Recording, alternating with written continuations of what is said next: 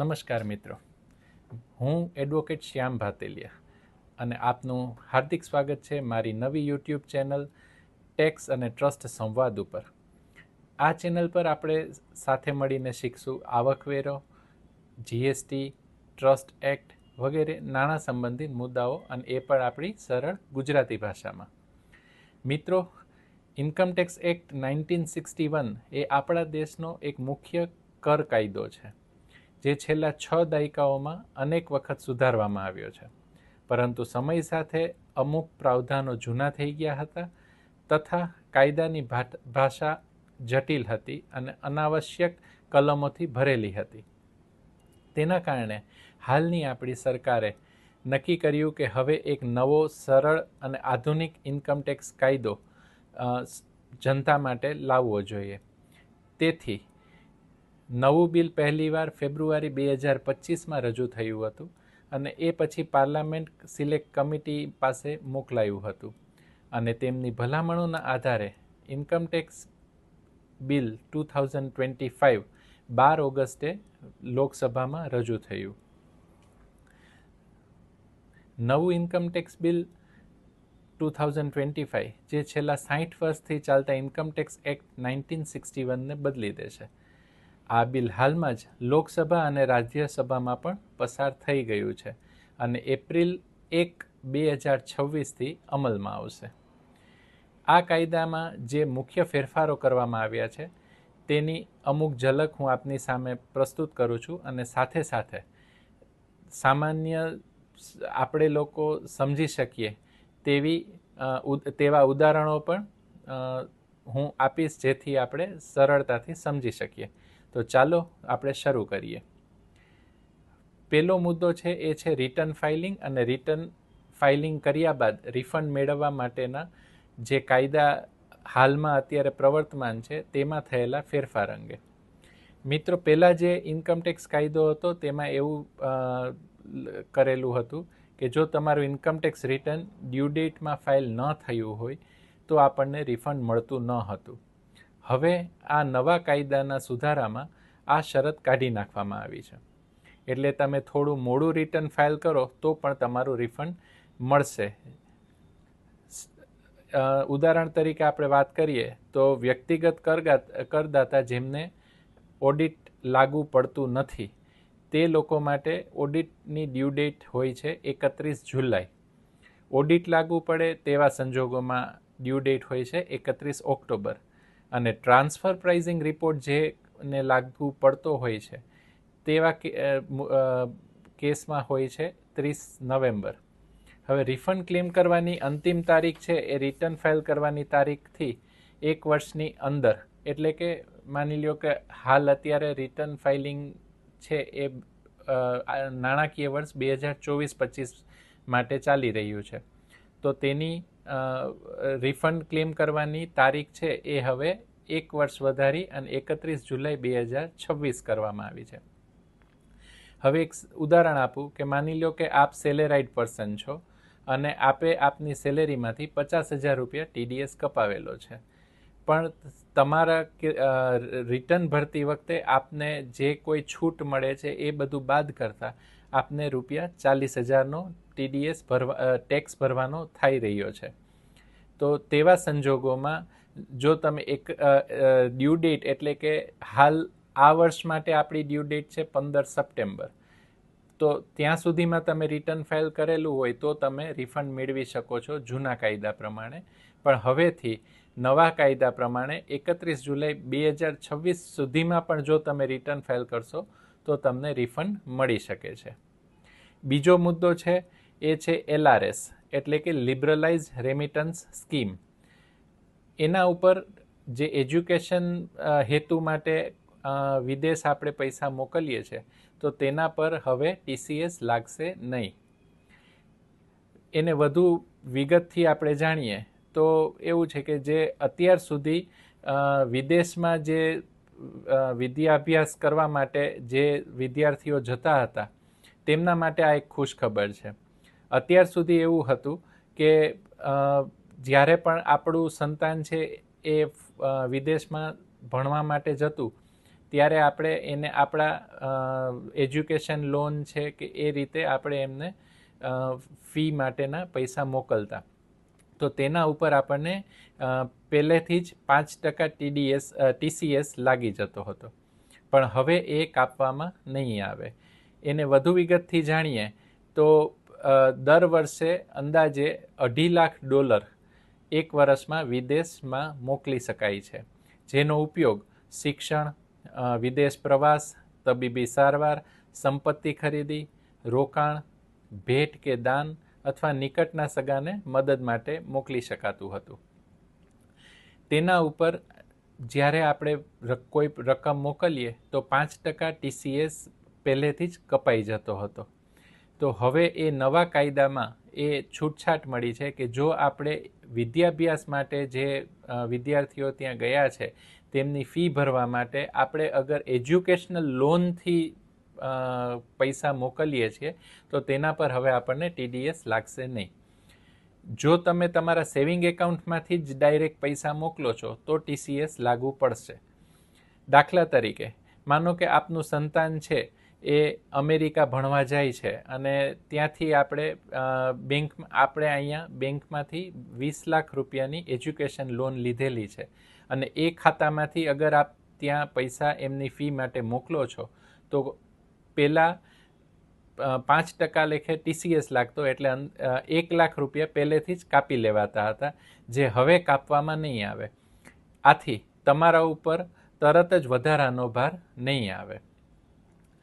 ત્રીજો મુદ્દો છે LLP પર ઓલ્ટરનેટ મિનિમમ ટેક્સ. હવે પહેલાં એવું હતું કે LLP ઉપર 18.5% સુધીનો દર આપણને લાગતો હતો. હવે એ વ્યાખ્યા સરળ કરી અને સામાન્ય કિસ્સાઓમાં LLP પર 12.5% કન્સેશનલ રેટ લાગશે. જેમ કે કોઈ LLP નોર્મલ એટલે કે એક સામાન્ય બિઝનેસ કરે છે અને કોઈ ખાસ ડિડક્શન નથી લેતું તો પહેલાંથી વધુ એટલે કે 18.5% ટેક્સ લાગતો હતો, જે હવે ફક્ત 12.5% લાગશે. એટલે એક આ નાના ઉદ્યોગકારો માટે સીધી બચત થશે. ચોથો મુદ્દો છે કે નીલ TDS સર્ટિફિકેટ. હવે ટેક્સ કપાવવાની ઝંઝટ લગભગ નથી એવું થઈ ગયું છે. મિત્રો, ઘણા વખત એવું બનતું હોય છે કે આપણી ટેક્સ લાયબિલિટી હોતી જ નથી, પણ હજુ પણ જે વ્યક્તિ કે કંપની આપણને પૈસા આપે છે તેના પર TDS કાપી લે છે. હવે અને ત્યારબાદ આપણે રિટર્ન ભરીએ છીએ અને રિફંડ મેળવવા માટેની રાહ જોવી પડે છે. હવે નવું બિલ એ સ્પષ્ટ કરે છે કે જો તમારી ટેક્સ લાયબિલિટી 0 છે તો તમે સીધા જ નીલ TDS સર્ટિફિકેટ મેળવી શકો છો અને જે કંપની કે બેંક આપણને વ્યાજ અથવા પૈસા આપે છે તેના પર TDS કાપશે નહીં. હવે નીલ TDS સર્ટિફિકેટ શું છે? તો આ એક એવું સર્ટિફિકેટ છે જે ઇન્કમટેક્સ ડિપાર્ટમેન્ટમાં આપણે અરજી કરવાથી આપણને મળી શકે છે અને તેમાં લખેલું હોય છે કે આ નાણાકીય વર્ષમાં આપની ઇન્કમ પર કોઈ ટેક્સ કાપવાનો નથી. ક્યારે લેવું જરૂરી છે આપણા માટે આ? હવે એક ઉદાહરણ આપું તો સિનિયર સિટીઝન છે કે જેમની આવક માત્ર ઇન્ટરેસ્ટમાંથી જ છે અને તે ટેક્સ લિમિટ કરતાં ઓછી છે, તો એવી વ્યક્તિ કે ટ્રસ્ટ માટે જેના પર છૂટકારો અને ડિડક્શન્સ છે તેના કારણે કોઈ ટેક્સ બાકી રહેતો નથી, અથવા નાના વ્યાપારીઓ છે, પ્રોફેશનલ છે કે જેમની ઇન્કમ છે એ બેઝિક એક્ઝમ્પશન લિમિટથી નીચે છે, તો તેવા કિસ્સાઓમાં આપણે નીલ TDS સર્ટિફિકેટ એપ્લાય કરી શકીએ છીએ.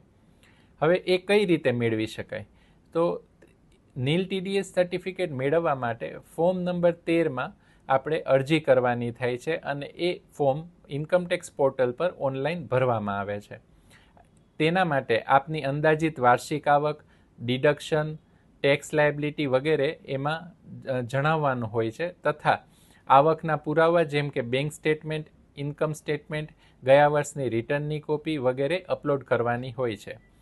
ત્યારબાદ એસેસિંગ ઓફિસર દ્વારા આપની એપ્લિકેશનની ચકાસણી થશે અને મંજૂરી મળતા આપણને કાં તો નીલ TDS સર્ટિફિકેટ એટલે કે એવું સર્ટિફિકેટ કે જેના પર એવું લખેલું હોય છે કે આપણે કોઈ પ્રકારનો ટેક્સ કપાવવાનો થતો નથી, અથવા લોઅર ડિડક્શન સર્ટિફિકેટ એટલે કે જે નિયત કરેલા દર છે ઇન્કમટેક્સ કાયદામાં તેના કરતાં ઓછા રેટથી આપણું TDS કાપવાનો રહેશે, જે તમે ચૂકવણી કરનારને આપી શકો છો અને તેના દ્વારા આપણું ટેક્સ જે કપાય છે તે બચાવી શકાય છે.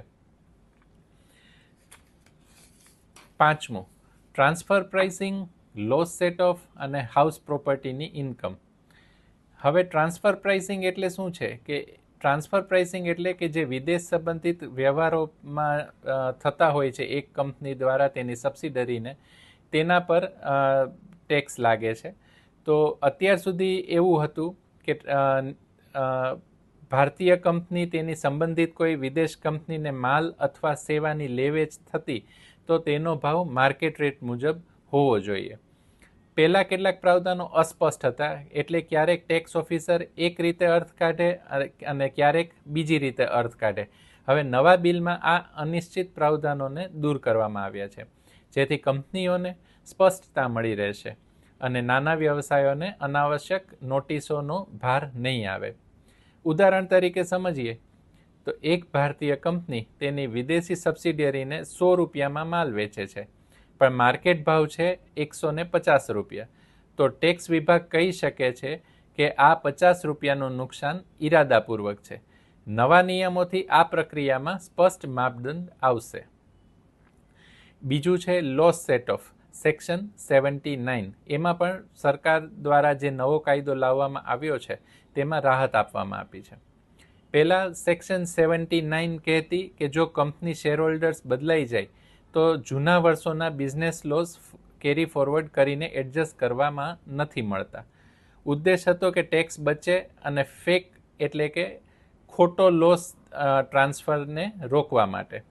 પરંતુ ઘણા સાચા બિઝનેસ ટ્રાન્સફરમાં અથવા મર્જરમાં પણ લોસ સેટ ઓફનો લાભ મળતો ન હતો. હવે નવા બિલમાં કેટલીક સાચી પરિસ્થિતિઓમાં છૂટછાટ આપવામાં આવી છે, જેથી બિઝનેસ કન્ટિન્યુ રહે અને ટેક્સનો અયોગ્ય ભાર ન પડે. ઉદાહરણ તરીકે એક કંપની પાસે 10 લાખનો લોસ છે અને નવા ઇન્વેસ્ટર્સ આવે છે, તો પહેલાં એ લોસ એડજસ્ટ ન થઈ શકતો હતો. હવે જો બિઝનેસની અસલ કામગીરી ચાલુ છે તો લોસ સેટ ઓફ મળી શકશે. ત્રીજું છે હાઉસ પ્રોપર્ટી ઇન્કમ, જેમાં ડિડક્શન એટલે કે આપણે જે કોઈ ભાડાની આવક હતી એમાં આપણને બાદ કરવા માટે જે ડિડક્શન મળતું હતું તેમાં બદલાવ કરવામાં આવ્યો છે. પહેલાં એવું હતું કે આપણે કોઈ પ્રોપર્ટી ભાડેથી આપેલી હોય અને એમાં મ્યુનિસિપલ ટેક્સ ચૂકવ્યો ન હોય તો પણ આપણને ટોટલ રકમ ઉપર 30% સ્ટાન્ડર્ડ ડિડક્શન મળતું હતું. પણ પ્રેક્ટિકલી ઘણીવાર એવું બનતું હતું કે મ્યુનિસિપલ ટેક્સ ઘણા લોકો ચૂકવતા નથી છતાં પૂરો 30% ડિડક્શન લઈ લેતા અને એના કારણે સરકારને નુકસાન જતું હતું. હવે નવા બિલ મુજબ 30% ડિડક્શન માત્ર એ જ રકમ પર મળશે જેમાં મ્યુનિસિપલ ટેક્સ ખરેખર ચૂકવ્યો હોય. હવે એના માટે એક સરળ ઉદાહરણ આપું કે માની લો કે ભાડાની વાર્ષિક આવક આપણી 1 લાખ રૂપિયા છે અને મ્યુનિસિપલ ટેક્સ ચૂકવ્યો છે 10,000 રૂપિયા, તો નેટ રકમ થઈ 90,000 રૂપિયા. સ્ટાન્ડર્ડ ડિડક્શન છે એ પહેલાં 1 લાખ રૂપિયા ઉપર મળતું હતું, હવે એ ઘટીને આપણને મળશે 90,000 રૂપિયા ઉપર.